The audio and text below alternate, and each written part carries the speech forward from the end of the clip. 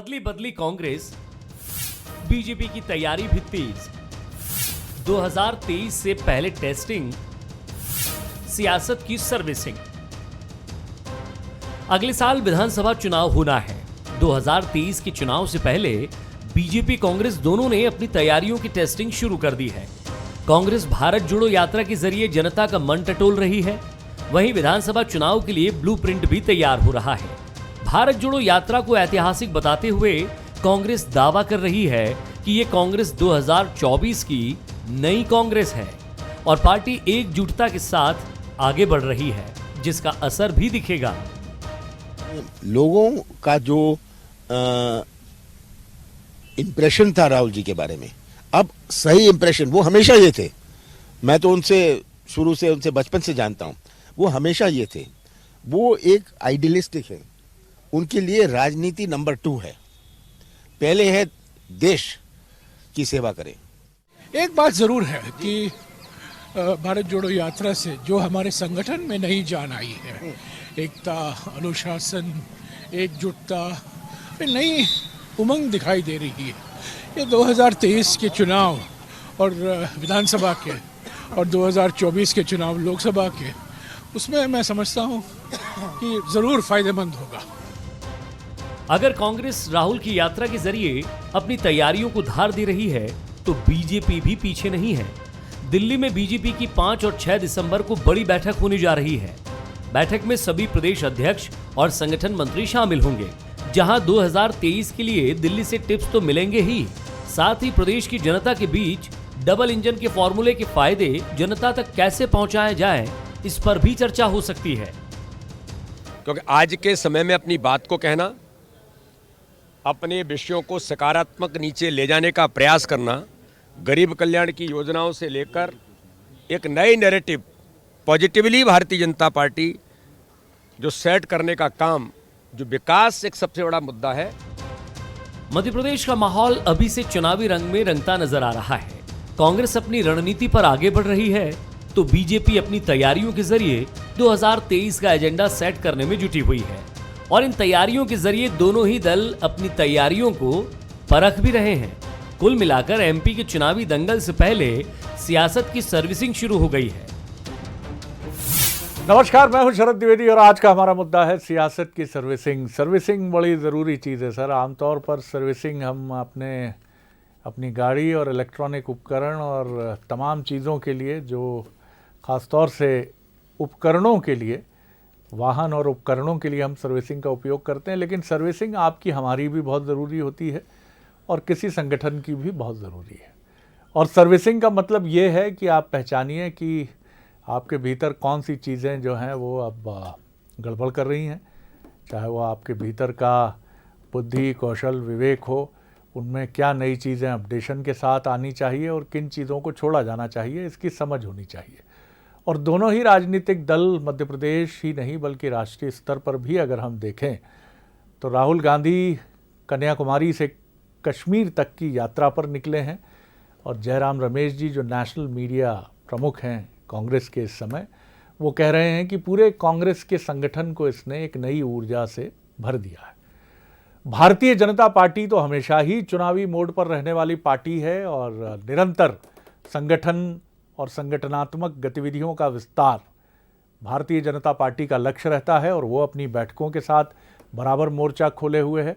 और प्रदेश अध्यक्ष वी.डी. शर्मा जी जो बता रहे थे कि जिस बैठक के ज़रिए एक पूरी प्रक्रिया जो अब तक की है चुनाव की तैयारी, उसका रिव्यू करने के लिए भी पार्टी जल्दी ही एक बैठक आयोजित करने जा रही है और ऐसी अनेक बैठकें अभी पाइपलाइन में भी हैं।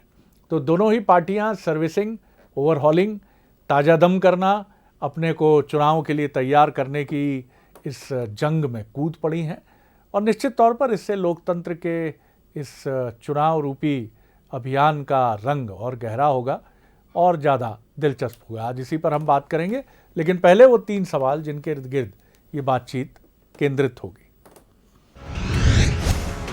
सवाल नंबर 1, क्या राहुल की यात्रा कांग्रेस की तैयारियों के लिहाज से अहम है? सवाल नंबर 2, क्या दिल्ली की बैठक बीजेपी की तैयारियों को धार देगी? सवाल नंबर 3, क्या विधानसभा चुनाव से पहले सियासत की सर्विसिंग शुरू हो गई है? सियासत की सर्विसिंग, इस पर आज हम बात करेंगे।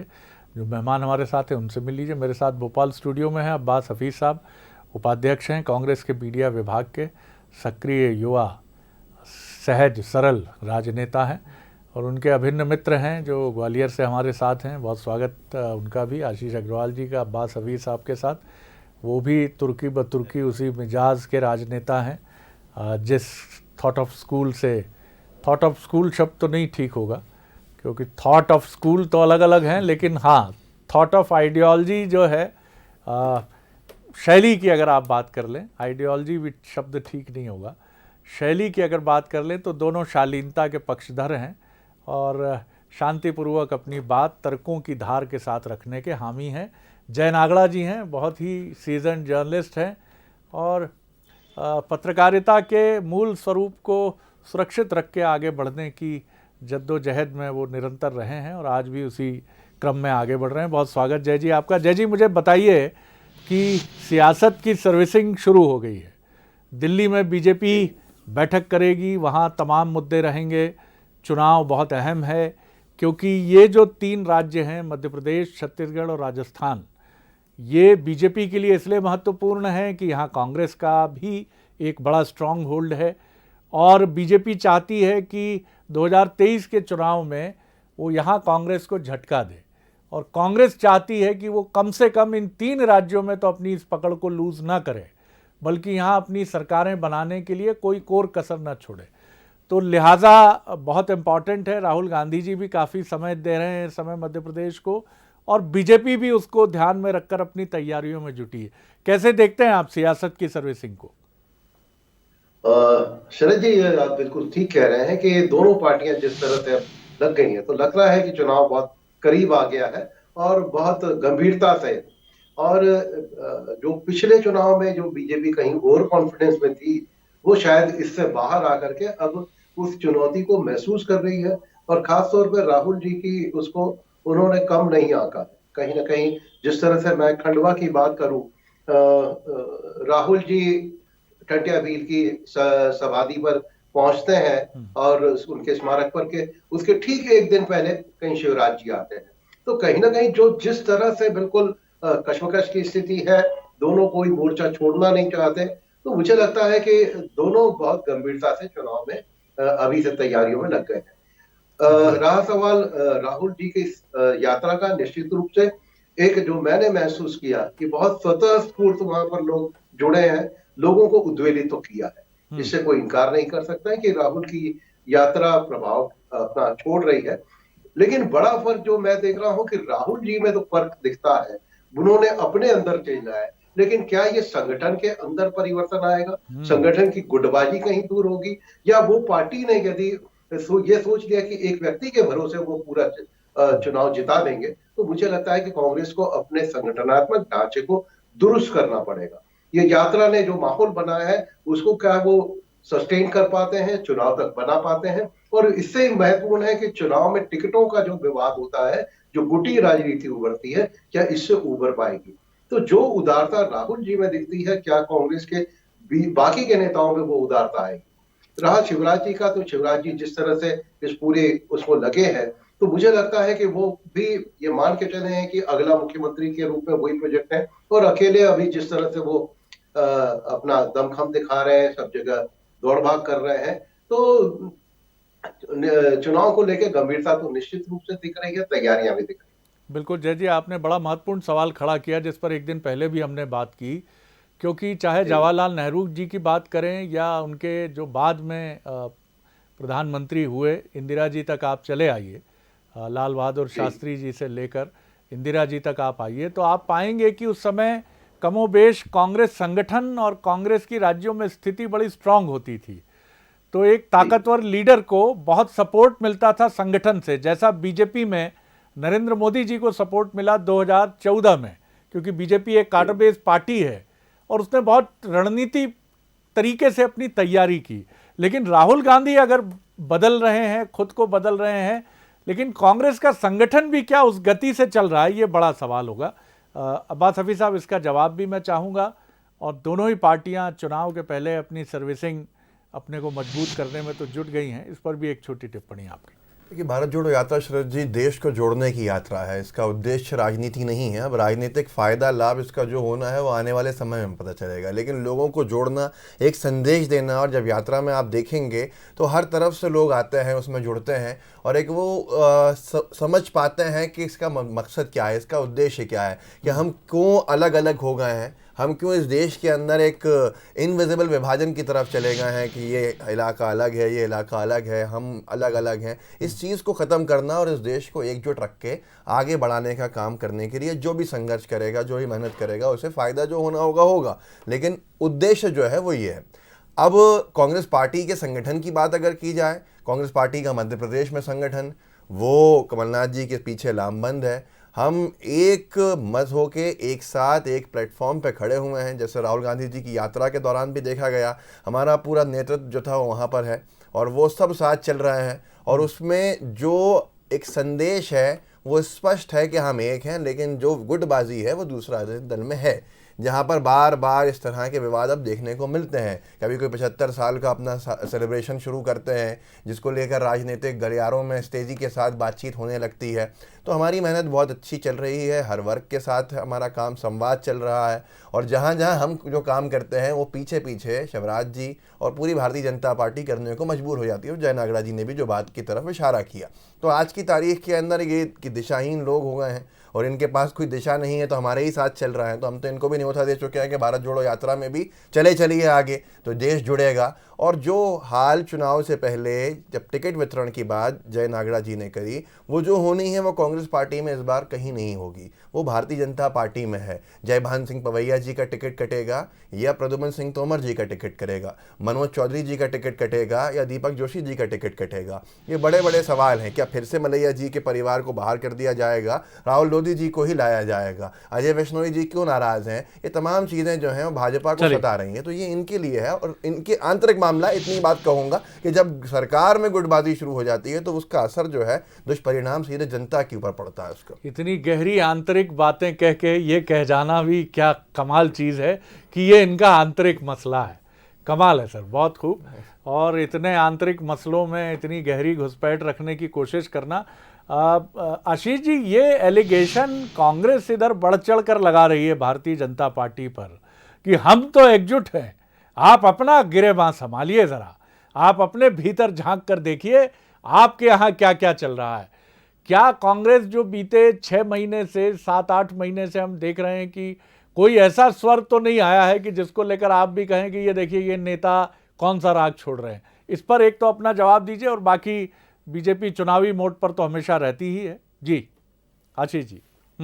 जी देखिए, सबसे पहले तो चोर की दाढ़ी में तिनका, मुझे लगता है कि ये कहावत पर्याप्त रूप से कांग्रेसी जो आरोप लगाते हैं उसके लिए समाप्त करती है। वैसे कितनी किसकी तैयारी ये परीक्षा के परिणाम तय करते हैं। तो अभी राष्ट्रपति चुनाव के जो ताजा परिणाम हैं, जिसमें 1.5 दर्जन से अधिक कांग्रेसी विधायकों ने भारतीय जनता पार्टी के पक्ष में अपना वोट डाला था, तो ये भी एक पर्याप्त इंगित करता है कि कांग्रेस कितनी एकजुट है। अभी आपने जो विषय कहा, मैं उस पर आता हूं कि कौन कितनी ओवरहॉलिंग कर रहा है। तो ठीक है, दोनों अपने अपने क्षेत्र में ओवरहॉलिंग कर रहे हैं। कांग्रेस अपनी देश को तोड़ने, काटने, विभाजित करने वाली कैंची को मजबूत कर रही है और भारतीय जनता पार्टी अपनी सकारात्मकता से आगे बढ़ रही है। कांग्रेस की अगर इस यात्रा की क्रोनोलॉजी बड़े स्पष्ट तौर पर देखें तो एक पाकिस्तान परस्त, जिनको पाकिस्तान से अथाह प्रेम है, ऐसे मिस्टर बंटाधार को उसका निर्देशन मिला इस यात्रा का। उसके बाद पाकिस्तान जिंदाबाद के नारे लगे और उसके बाद आज पाकिस्तान के समर्थन और इस देश को विभाजित करने का सपना देखने वाली स्वरा भास्कर जैसी हस्तियां उसमें राहुल गांधी के साथ कदम ताल मिला रही हैं। इसका मतलब साफ है कि एजेंडा पाक है। उसके बाद जब बात निकल के आती है राहुल गांधी की, तो ये तो वो यात्रा है जिससे कमलनाथ जी ने अभी तक दूरी बना रखी थी, कारण वो प्रियंका गांधी के समर्थन में दिखते थे। तो इसमें कांग्रेसी कहें कि एकजुट है, तो मैं ऐसे कई कांग्रेसी विधायकों को जानता हूं जिन्होंने बहुत मामूली समय इस यात्रा में दिया और उन्होंने दूरी बनाने का प्रयास किया। भारतीय जनता पार्टी के लिए चुनाव एक सामान्य प्रक्रिया है, क्योंकि हम वो सेना है जो शांति काल में अधिक पसीना बहाती है, इसलिए युद्ध काल में हमें कम बहाना पड़ता है। तो भारतीय जनता पार्टी जनता की जीवन में बदलाव करने वाली हमारी सरकार की योजनाओं को उनके नजदीक पहुंचा रही है। संगठनात्मक कौशल में वृद्धि करने के लिए हमारे निरंतर प्रशिक्षण शिविर हो रहे हैं और प्रबंधकीय तरीके से हम लोग अपनी बैठकें कर रहे हैं। ये निरंतर क्रम जारी रहेगा। बाकी इस यात्रा का असली चेहरा तो बहुत सारी बातें आशीष जी ने कही जिनका मुझे जवाब देना चाहिए था, लेकिन आप समय जो है कम रहेगा। मैं ये इस पर घोर आपत्ति जताता हूं कि इन्होंने कैसे पाकिस्तान परस्त कहा दिग्विजय सिंह जी को। दिग्विजय सिंह जी तो कहीं पाकिस्तान गए भी नहीं। मुझे कोई स्टेटमेंट बताएं आशीष जी, दिग्विजय सिंह जी का इस तरह कहा। मोदी जी के स्टेटमेंट्स मौजूद हैं, मोदी जी के 2 दौरे मौजूद हैं पाकिस्तान के, मोदी जी की दोस्ती नवाज शरीफ साहब से मौजूद है, उससे पहले अडवाणी जी का जिन्ना की मज़ार पर जाकर माथा टेकना ये मौजूद है। तो पाकिस्तान परस्त आप किसको कह रहे हैं? और स्वरा भास्कर की बात कर रहे हैं। स्वरा भास्कर जी शामिल हुई, मैं उनकी हिम्मत को सलाम करता हूं। उनके ऊपर मध्य प्रदेश से गृह मंत्री आशीष जी कह रहे हैं कि वो देश विरोधी गतिविधि वाली हैं या देश विरोधी लोगों को समर्थन करते हैं, तो वो बाहर कैसे हैं? अगर ऐसा कुछ भी होता, अगर उनके ऊपर कोई दोष सिद्ध हुआ होता तो वो जेल में होती, ना कि बाहर होती। तो आप इस तरह के बयान जो बौखलाहट में दे रहे हैं, इससे आप एक नागरिक का अपमान कर रहे हैं जो भारत का नागरिक है, जिसके ऊपर कहीं कोई ऐसा केस नहीं है। जवाब दीजिए जी आशीष जी। जी साबित कीजिए पाकिस्तान परस्त दिग्विजय सिंह जी। देखिए, पाकिस्तान परस्त इसलिए आप लोगों की है, जब पाकिस्तान परस्त इसलिए क्योंकि जब आप सुनिए ना, आप कब से बौखलाड़ने लगे? पाकिस्तान परस्त इसलिए क्योंकि जब पाकिस्तान जिंदाबाद के नारे लगे उसके समर्थन में दिग्विजय सिंह खड़े नजर आए। अभी उज्जैन में लगे थे तो उनको वो मौलवी साहब जिंदाबाद नजर आ रहे थे। खरगोन में दंगा फैलाने के लिए उन्होंने बिहार की मस्जिद का फोटो ट्वीट किया, हिंदुओं को पानी पी के कोसा, सदैव उन्होंने आरोप लगाए। और आज इस तरह की बातें आप करने लगे। आप तो विद्वान व्यक्ति हैं, तो कोई सड़क पे खड़ा हुआ अगर नेता हो तो उसकी बात समझ में आती है, पर आपकी बात इस तरह की गलत जो है ये नहीं जानी चाहिए। नहीं कर रहे हैं, बात गलत मत कीजिए। पाकिस्तान जिंदाबाद के नारे जिस यात्रा में लगे, कोई ऐसा समर्थक होता पाकिस्तान का वो जेल में होता, और अगर नहीं है कोई जेल में तो आप शरद जी इनको रोकिए, ये गलत तरीका है। सुनिए, बात पूरी हो जाने दीजिए। स्वरा भास्कर को डिफेंड करना चाहते हैं क्या? जी, बात कर लीजिए, पूरी करिए बात। स्वरा भास्कर को डिफेंड करना चाहते हैं क्या? जेल में क्यों नहीं डाल पाए? हिंदू होने पे शर्म आती हो, जो इस देश की सेना को अपशब्द कहती हो, जो निरंतर हमारे भगवानों को गाली देती हो, ऐसी स्वरा भास्कर का सदैव मैं निंदा करूंगा। और अगर ऐसे निंदनीय लोग, ऐसे अर्बन नक्सल आपकी यात्रा में राहुल गांधी के साथ कदमताल करते हैं, भास्कर जेल में क्यों नहीं है, बाहर क्यों है? चलिए मजार पे माथा टेकने वालों का आप सम्मान करेंगे, और जो लोग, जिन लोगों पे कोई केस दर्ज नहीं है देशद्रोह का, जो आजादी के साथ बाहर है, उनके ऊपर आप आरोप लगाएंगे। जय जी की तरफ मैं चलता हूँ। जय जी, आशीष जी आता हूँ, लौटता हूँ। अभी एक क्विक राउंड है हमारे पास, एक क्विक राउंड है हमारे पास। जय जी, जो आपने बीच मैं आशीष जी ने जो प्रश्न खड़ा किया है उसी को मैं आपकी तरफ लेकर आता हूं। ये बिल्कुल सही बात है कि आपने यात्रा प्लान की है तो आपने उसके साथ कुछ और चीज़ें भी सोची होंगी कि जो लोग इसमें आना चाहेंगे या यात्रा को समर्थन देना चाहेंगे या साथ चलना चाहेंगे, उनका आप वेलकम करेंगे और ये सब तय भी होगा, क्योंकि तभी जो लोग आ रहे हैं, जाहिर है राहुल जी की सुरक्षा का घेरा, तमाम बातें। लेकिन क्या आपको लगता है कि इसमें अगर ऐसे लोग होते, मैं नहीं कहता स्वरा भास्कर को लेकर क्या विवाद है, किस तरह की चीज़ें हैं, वो राजनीतिक बयानबाजी है या किस तरह की सोच है, लेकिन अगर इस यात्रा में कांग्रेस की कोशिश होती है कि बाबा रामदेव आते हैं तो एक अलग मैसेज जाता है। संत समाज, क्योंकि कांग्रेस के लिए ये बार बार बात कही जा रही है कि हिंदुत्व की धारा को अब वो बहुत प्रत्यक्ष रूप से अपना के दिखाते हुए आगे बढ़ना चाहती है। संत समाज के प्रतिनिधि जुड़ते या इस लिनिएज के लोग जुड़ते जिन पर कोई आरोप नहीं है, या जिनको बीजेपी ये आरोपित नहीं करती कि टुकड़ा टुकड़ा गैंग, जेएनयू क्लब और या आलोचना क्लब, तो थोड़ा इस यात्रा का एक फ्लेवर अलग जाता। अब स्वरा भास्कर बीजेपी के निशाने पे हैं, अब वो आती हैं तो बीजेपी को और बल मिल जाता। ये देखिए साहब कौन आ गया, क्या इससे बचा जा सकता था? जी शरद जी, जो मैंने देखा, मैं एक छोटा सा उदाहरण बताऊं कि ये यात्रा जब मध्य प्रदेश में बुरहानपुर के पास से एंटर हुई तो सबसे पहले वहां पर सरस्वती शिशु मंदिर का एक पोस्टर लगा था जिन्होंने राहुल की यात्रा का स्वागत किया। एक संघ के व्यक्ति ने, ये राहुल जी ने इंदौर की प्रेस कॉन्फ्रेंस में कहा कि उसने कहा मैं आरएसएस से हूं लेकिन मैं आपका स्वागत करता हूं। देखिए, भारतीय जनमानस बड़ा उदारता का वो रहता है, वैचारिक प्रतिबद्धता हमारी अपनी होती है, लेकिन हम अपने आने वाले मेहमान का स्वागत करते हैं।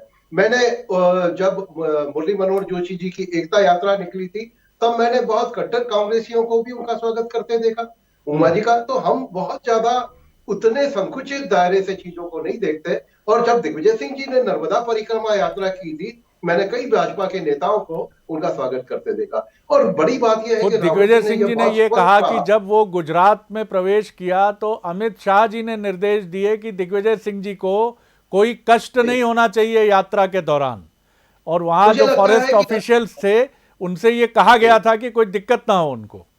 जी, तो मुझे लगता है कि हम मूलतः उदार संस्कृति के लोग हैं, एक दूसरे के विचारों का सम्मान करते हैं। और एक बात और है, जब आप विपक्ष में होते हैं तो उसके अपने लाभ होते हैं, आप जनता के सीधे करीब चले जाते हैं, और चाहे जनता में से कोई भी आ सकता है। ठीक है, मध्य प्रदेश में चूंकि एक थ्रेट आई थी, उसको लेके थोड़ी सी सख्ती थी, इसके अलावा तो लोग, बच्चे भी जा रहे थे राहुल जी के साथ, सब मिले। और महत्वपूर्ण बात यह है कि राहुल जी ने कहीं भी पूरे यात्रा में राजनीतिक सवालों को, इन विषयों को नहीं उठाया, और उन्होंने स्पष्ट कहा कि मेरा कोई मकसद भी नहीं है। और उन्होंने ये भी कहा कि मुझे इससे कांग्रेस को लाभ मिलेगा कि नहीं मिलेगा, मुझे इससे कोई सरोकार भी नहीं। तो मुझे लगता है कि थोड़ा सा हमको इस चीज से, रहा सवाल पाकिस्तान के नारे वाली बात, तो मुझे नहीं लगता कि उसमें ये भी बात आ रही है कि, और जब कांग्रेस में उस पूरी यात्रा में तिरंगा आपको दिख रहा है, कहीं कांग्रेस के झंडे से ज्यादा हमको तिरंगे नजर आ रहे हैं। तो मुझे लगता है कि इस तरह की बात आई जरूर, लेकिन उसमें ऑडियो में छेड़छाड़ की भी बात आई है। तो लेकिन उसको आधार बना करके, अब एक बात बीजेपी की जो मुझे लगती है, कांग्रेस की अपनी कमियां हैं, अपनी कमजोरियां हैं, जैसा मैंने कहा संगठन के स्तर पे उनकी गुटबाजी, लेकिन बीजेपी के साथ भी अपनी दिक्कतें हैं। सत्ता के शिखर पे रहने के साथ लंबे समय तक थोड़ा सा जनता के साथ दूरियां बढ़ी है, कहीं ना कहीं उसका दम्भ भी चेहरों पे दिखने लगा है, ये लोगों से दूर कर रहा है। मुझे लगता है बीजेपी की बड़ी चुनौती कांग्रेस या कोई पार्टी नहीं है, वो जो सत्ता के रहने से जो चेहरों पे दम दिख रहा है, वो जो जनता से दूरियां बढ़ा रहा है, उसको कैसे कम करें, मुझे लगता है बीजेपी को इस पर बड़ी चुनौती। आशीष जी, इस पर एक क्विक कमेंट। सत्ता अपने साथ अनिवार्य रूप से कुछ चुनौतियां और कुछ बुराइयां लेकर आती है, और सत्ता में जितनी लंबी भागीदारी होती है, ये चुनौती उतनी बढ़ती है। जी आशीष जी, वह कम वक्त है, संक्षेप में। जी आशीष जी। देखिए, जो राजनीतिक दल और राजनीतिक कार्यकर्ता अपने विचार के लिए काम करते हैं, तो सत्ता उनको ध्येय से अलग नहीं कर पाती। और भारतीय जनता पार्टी ने जो 2 प्रधानमंत्री दिए हैं, विशेषकर अटल बिहारी वाजपेयी जी और नरेंद्र मोदी जी, इनका जीवन चरित्र अपने आप में इस बात का परिचायक है। जय नागड़ा जी की बात मैं सुन रहा था, इस मध्य प्रदेश का एक पत्रकार जानता है कि वो जो पाकिस्तान जिंदाबाद का वीडियो था, वो कांग्रेस के ऑफिशियल ट्विटर अकाउंट से डाला गया था, भारतीय जनता पार्टी ने नहीं डाला। तो कांग्रेस तो उसको कूटरचित नहीं करेगी, पर उसके बाद भी उनके स्वर दूसरी तरफ जा रहे हैं, मैं कोई टिप्पणी नहीं करूंगा। पर इस यात्रा का असल मकसद इसके साथ दिखने वाले लोगों से स्पष्ट होता है, इसमें क्या चल रहा है इससे स्पष्ट होता है। और हमें यह भी नहीं भूलना चाहिए कि एक एमओयू साइन किया गया था कांग्रेस और चीन की कम्युनिस्ट पार्टी में, जिसमें 90 लाख चंदा राजीव गांधी फाउंडेशन में लिया गया था। ये उसका भी कर्ज उतारने निकली हुई यात्रा है, और जनता समझ चुकी है। भारतीय जनता पार्टी निरंतर अपनी सकारात्मकता की ओर बढ़ रही है। एमओयू साइन होने की बात हो तो मध्य प्रदेश के कई विधायक भी गए थे चाइना की कम्युनिस्ट पार्टी से शायद ट्रेनिंग लेने के लिए, वो तो सार्वजनिक पटल के ऊपर है, ये बात डेविएट हो जाएगी। अब मैं दूसरी बात अगर करूं तो उन्होंने कहा कि ऐसी देश विरोधी, कि अभी मैंने बोला नहीं था, देश विरोधी गतिविधियों में लिप्त लोगों को जोड़ा जा रहा है। देश विरोधी गतिविधियों में अगर कोई लिप्त, सुनिए आशीष, एक व्यक्ति या ग्रुप सक्सेना, आपकी पार्टी का पदाधिकारी एएसआई के लिए पैसा लेके काम करता हुआ पकड़ा गया पाकिस्तान की जासूसी में, उसको जमानत मिलती है। और आपकी सरकार राष्ट्रवादी देशभक्ति सरकार अदालत में नहीं जाती है, जैसे आतंकियों के सहायक के बेल के खिलाफ आप अपील में नहीं जाते, वो आजाद घूम रहा है, राजधानी में रहता है। ये आपकी देशभक्ति है, तो हमें मत बताइए कि देशभक्ति क्या है और राजभक्ति क्या है। पहले आप ध्रुव सक्सेना की जमानत निरस्त करवाइए, उसको जेल में भेजिए, जो आपके पदाधिकारी होते हुए ISI का सहायक था, पाकिस्तान के लिए जासूसी करता था आपका पदाधिकारी। चलिए मुझे लगता है विषय से हट रहे हैं, मुझे लगता है विषय से हट रहे हैं। कोई ऐसा व्यक्ति नहीं है ध्रुव सक्सेना। और जहां बात थी खरगोन में संत समाज का साथ मिला राहुल जी को, महामंडलेश्वर जी ने कहा, राजीव गांधी फाउंडेशन में 90 लाख रुपए चंदा लेने पर आप दोनों बहुत समझदार हैं। कुछ ऐसे प्रतीकों को लेकर में जो चंदा लिया है एक दूसरे पर हमला करना, आपने ट्रेनिंग। चलिए बहुत शुक्रिया आशीष जी, बहुत शुक्रिया आशीष जी, बहुत धन्यवाद अब्बास हफीज साहब, बहुत शुक्रिया जय नागड़ा जी। दोनों ही राजनीतिक दल अपनी ओवरहालिंग, अपना सर्विसिंग इन तैयारियों में जुट गए हैं। और निश्चित तौर पर सबसे महत्वपूर्ण बात ये सही है कि सत्ता में लंबे समय तक रहने के अपने साइड इफ़ेक्ट्स भी होते हैं, लेकिन 2023 का चुनाव इस मायने में बहुत ही भिन्न, डिफरेंट, मुख्तलिफ होगा कि इस चुनाव में दोनों ही दल ये जानते हैं कि ज़रा सी भी गलत फहमी उन्हें बहुत दूर ले जाएगी मंजिल से। वो एक शेर है ना कि सिर्फ एक कदम उठा था गलत राह शौक़ में, मंजिल तमाम उम्र मुझे ढूंढती रही। तो ये जानते हैं कि एक गलती इन्हें इनके लक्ष्य से दूर ले जाएगी, इसलिए कम से कम 2023 के चुनाव में न कांग्रेस गलती करना चाहेगी और बीजेपी तो 2018 के नतीजों के बाद तौबा कर रही होगी, और 2020 में कांग्रेस के साथ जो हुआ वो भी तौबा कर रही होगी। तो बहुत इंतज़ार कीजिए, 2023 का रण भीषण होगा। आगे देखिए छत्तीसगढ़ आज का मुद्दा, बीजेपी विभीषण और बहस। नमस्कार।